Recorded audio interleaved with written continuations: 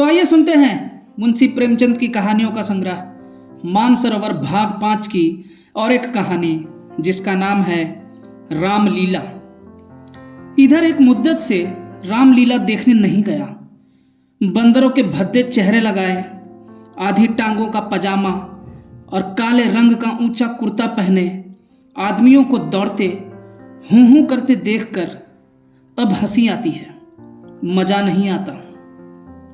काशी की लीला जगत विख्यात है, सुना है लोग दूर दूर से देखने आते हैं। मैं भी बड़े शौक से गया, पर मुझे तो वहां की लीला और किसी वज्र देहात की लीला में कोई अंतर न दिखाई दिया। हाँ, रामनगर की लीला में कुछ साज सामान अच्छे हैं। राक्षसों और बंदरों के चेहरे पीतल के हैं, गदाएं भी पीतल की है। कदाचित नवासी भ्राताओं के मुकुट सच्चे काम के हों, लेकिन आज सामान के सिवा वहां भी वही हूहू के सिवा और कुछ नहीं।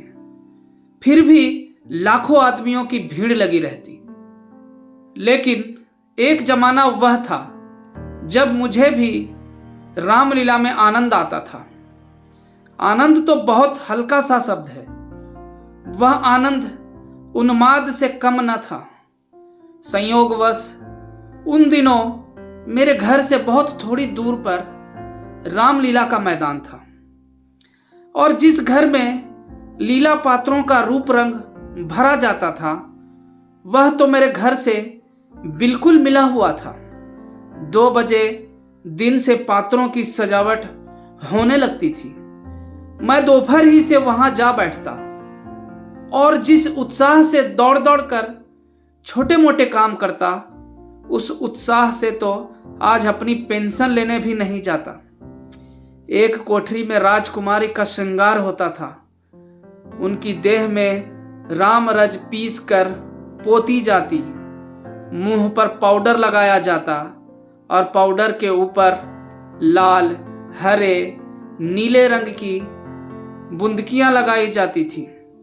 सारा माथा, भौहें, गाल, ठोड़ी बुंदकियों से रच उठती थी।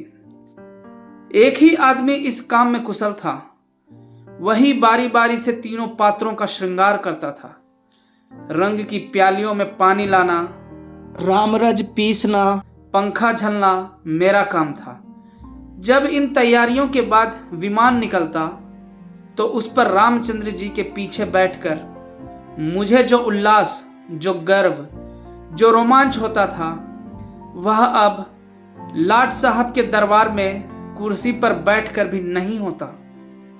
एक बार जब होम मेंबर साहब ने व्यवस्थापक सभा में मेरे लिए एक प्रस्ताव का अनुमोदन किया था, उस वक्त कुछ उसी तरह का उल्लास, गर्व और रोमांच हुआ था।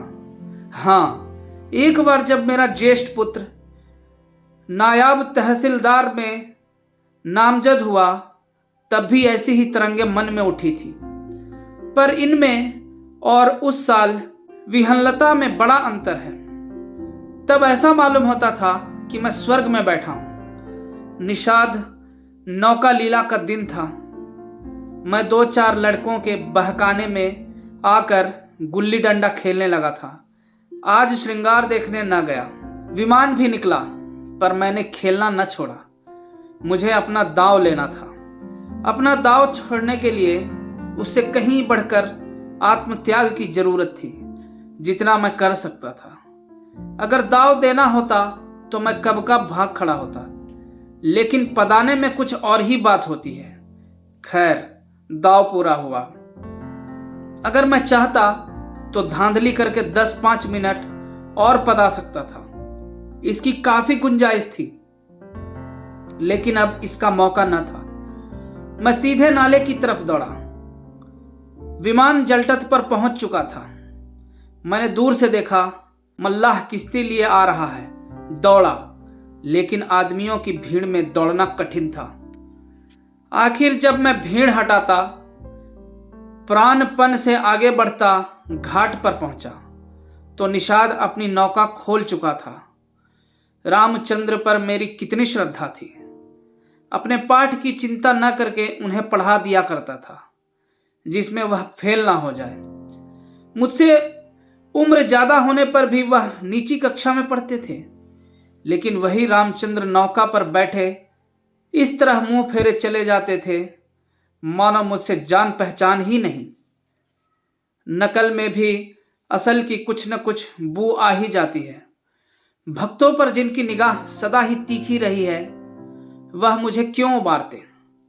मैं विकल होकर उस बछड़े की भांति कूदने लगा जिसकी गर्दन पर पहली बार जुआ रखा गया हो। कभी लपक कर नाले की ओर जाता, कभी किसी सहायक की खोज में पीछे की तरफ दौड़ता, पर सब के सब अपनी धुन में मस्त थे। मेरी चीख पुकार किसी के कानों तक न पहुंची। तब से बड़ी बड़ी विपत्तियां झेली, पर उस समय जितना दुख हुआ उतना फिर कभी न हुआ। मैंने निश्चय किया था कि अब रामचंद्र से न कभी बोलूंगा, न कभी खाने की कोई चीज ही दूंगा।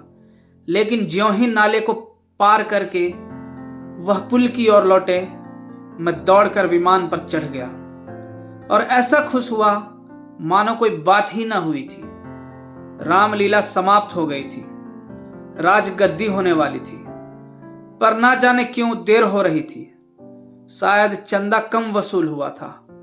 रामचंद्र की इन दिनों कोई बात भी ना पूछता था। न घर ही जाने की छुट्टी मिलती थी, न भोजन का ही प्रबंध होता था। चौधरी साहब के यहां से एक सीधा कोई 3 बजे दिन को मिलता था, बाकी सारे दिन कोई पानी को नहीं पूछता। लेकिन मेरी श्रद्धा अभी तक ज्यों की त्यों थी। मेरी दृष्टि में अब भी रामचंद्र ही थे। घर पर मुझे खाने को कोई चीज मिलती, वह लेकर रामचंद्र को दे आता।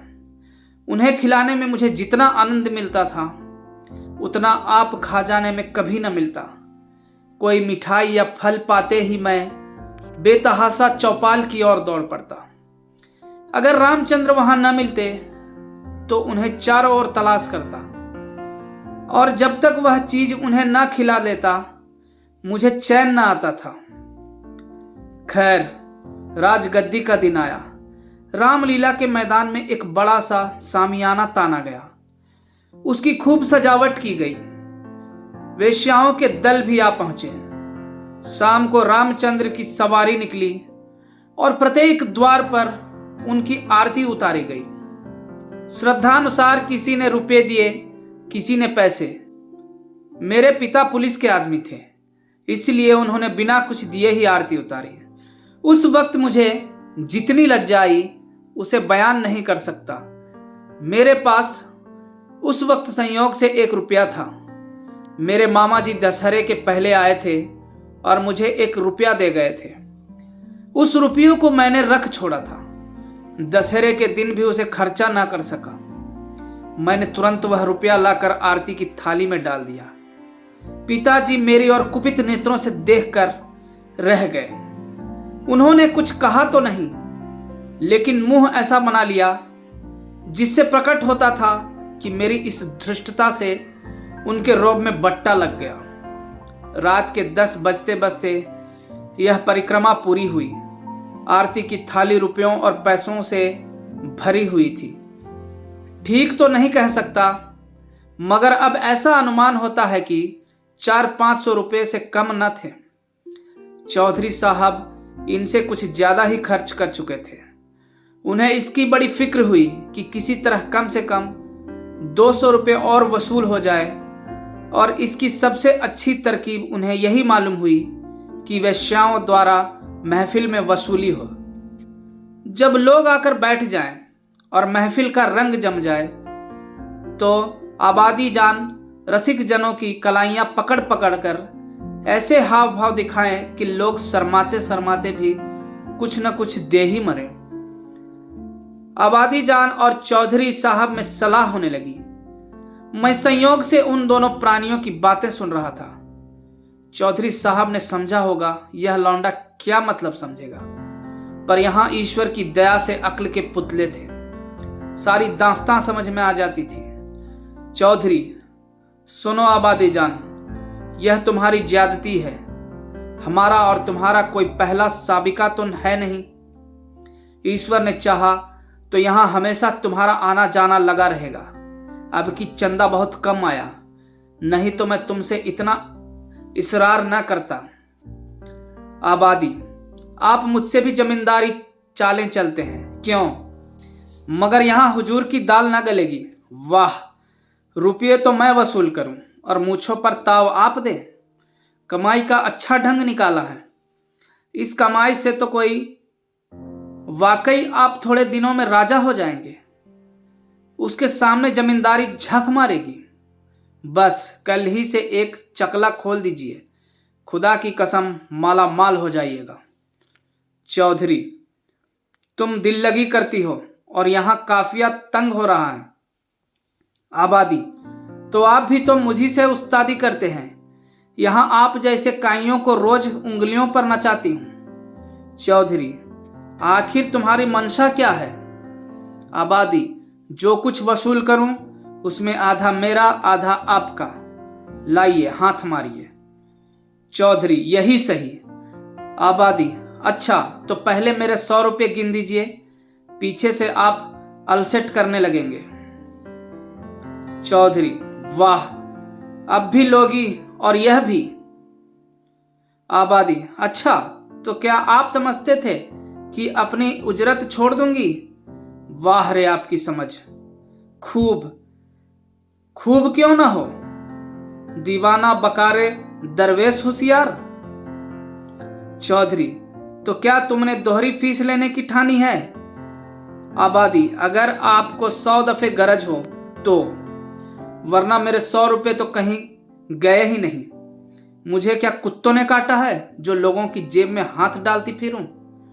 चौधरी की एक न चली, आबादी के सामने दबना पड़ा। नाच शुरू हुआ। आबादी जान बला की शोख औरत थी। एक तो कमसीन, उस पर हसीन, और उसकी अदाएं तो उस गजब की थी कि मेरी तबीयत भी मस्त हुई जाती थी।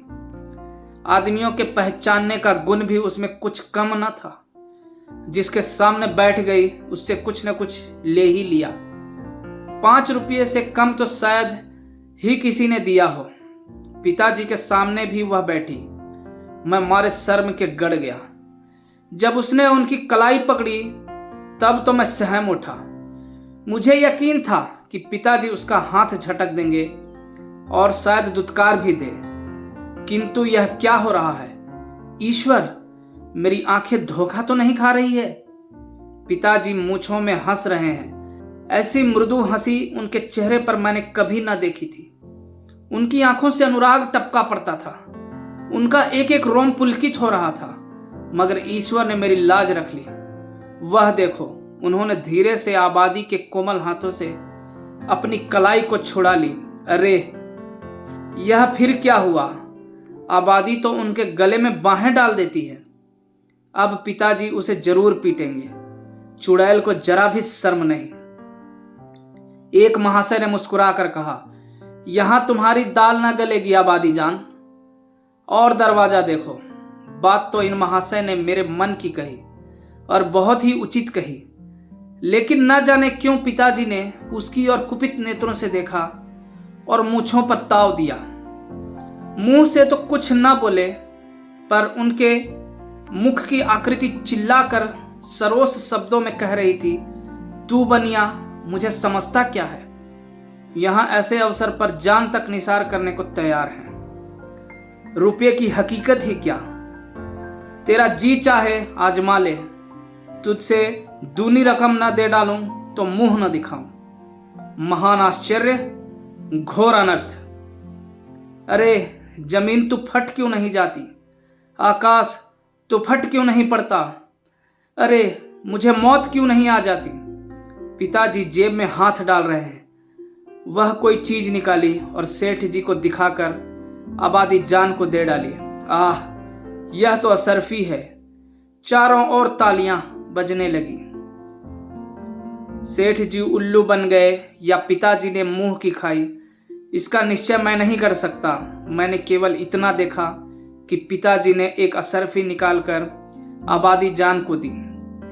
उनकी आंखों में इस समय इतना गर्वयुक्त उल्लास था मानो उन्होंने हातिम की कब्र पर लात मारी हो। यही पिताजी हैं जिन्होंने मुझे आरती में 1 रुपया डालते देखकर मेरी ओर इस तरह से देखा था मानो मुझे फाड़ ही खाएंगे।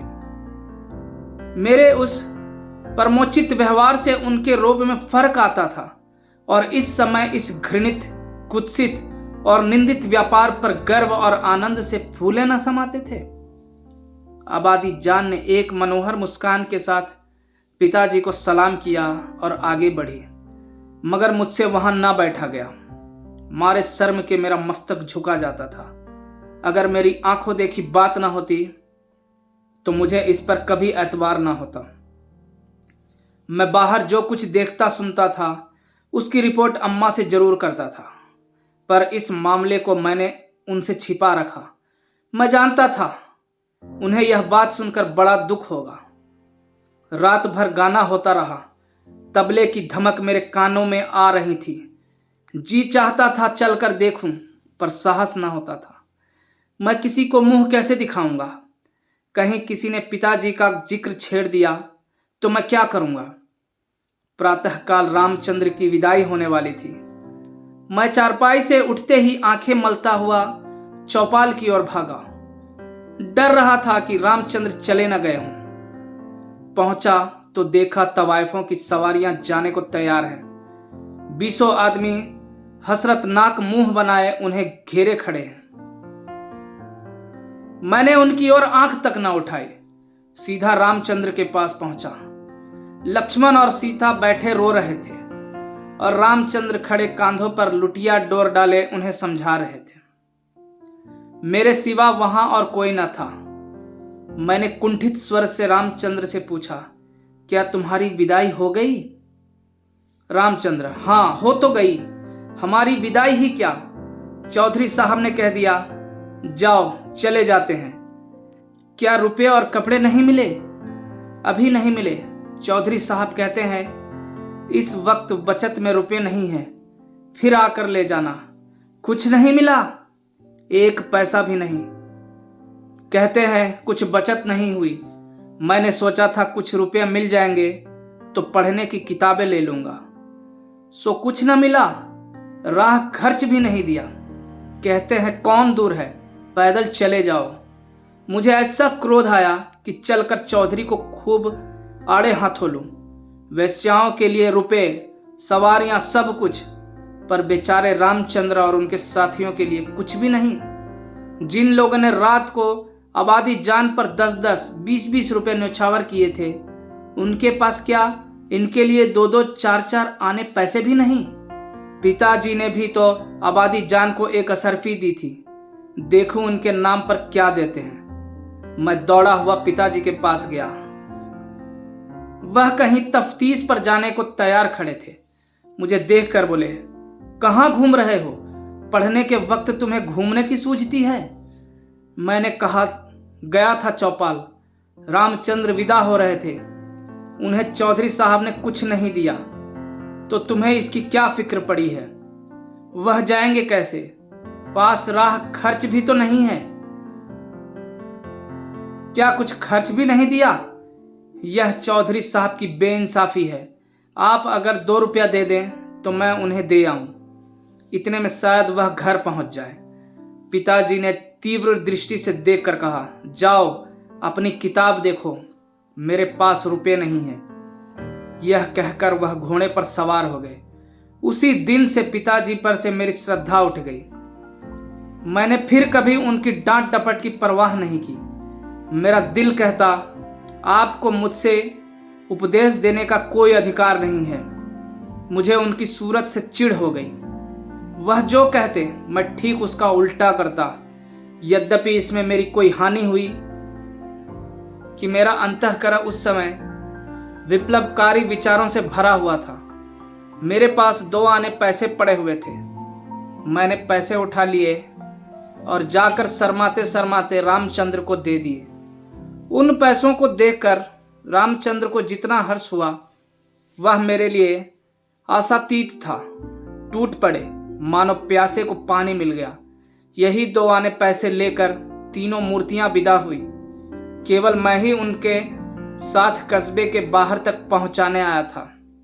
उन्हें विदा करके लौटा तो मेरी आंखें सजल थी, पर हृदय आनंद से उमड़ा हुआ था। धन्यवाद।